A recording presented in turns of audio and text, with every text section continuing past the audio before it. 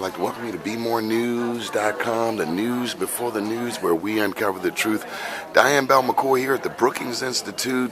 Heavy discussion, Baltimore, racism, class. We didn't get to segregation too much or integration in a time maybe when African Americans were a lot more astute in passing on the history and the culture and supporting each other. But heck of a discussion. Baltimore's own Wes Moore up at the front, two other guys from Baltimore. Your thoughts?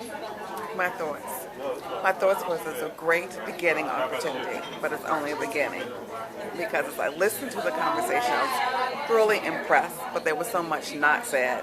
And even so much I realized that my speakers don't know, and they don't know that they don't know. About history? No, not just about history, about even Baltimore as it exists now, in terms of they talked about, I think it was Lionel and who both were graduates of City College. City College right now, in terms of what people perceive it to be, in terms of the graduates and their academic standing, it's not what it used to be. In terms of, and why isn't it? In terms of, we didn't get to talk about the impact of structural institutional racism, in terms of how that plays out across the board. So that concerned me, and even I think it was Rodney talked about Safe and Sound as a grassroots organization. Far from the truth. So I think it's perception, and you know me, Donnie, I'm a factual person.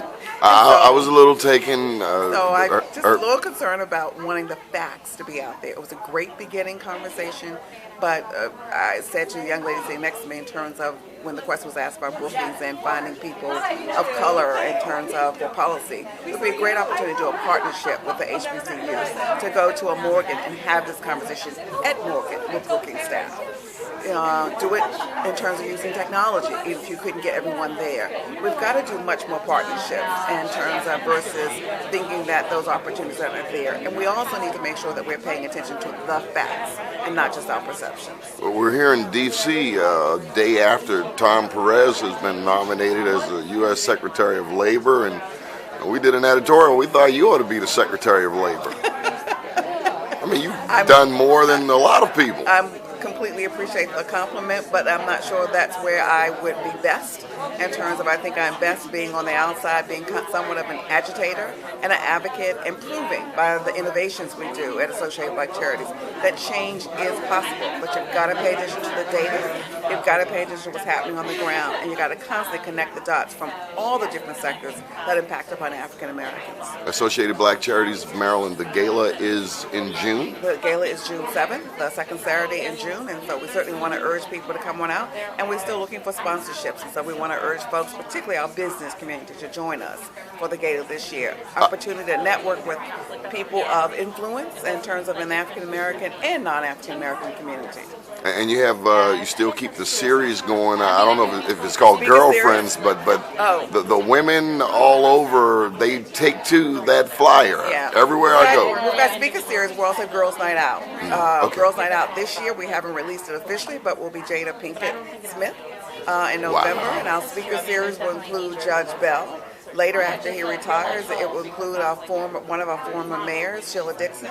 It will actually include Mark Fetty, the retired chairman for Lake Mason.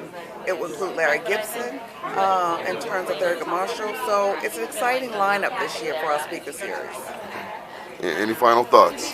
Final thoughts is that I would say that with anybody listening to this, that I urge you to become a part of the fight to bring about change in our community. Anybody listening to it and becoming part of that fight may be what you're already doing, but look for the data, look for the opportunity to make a difference. Good deal. The one and only Diane Bell-McKoy, President and CEO of Associated Black Charities of Maryland. Keep watching BeMoreNews.com, the news before the news, where we uncover the truth.